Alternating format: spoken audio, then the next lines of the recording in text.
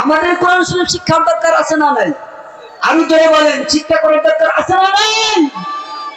আমাদের শেখ মানিকগঞ্জের হুজুর কেবলা তিনি এবারে বিশ্ব ইজতেমায় তিনি ঘোষণা করেছেন, এবং তিনি বলেছেন আমি সারা বাংলাদেশের 64টি জেলার কমপক্ষে 50টা জেলার মধ্যে কিন্টার গার্ডেনকে বাদ দিয়ে আমি কোরআনের গার্ডেন তৈরি করব ইনশাআল্লাহ তাআলা।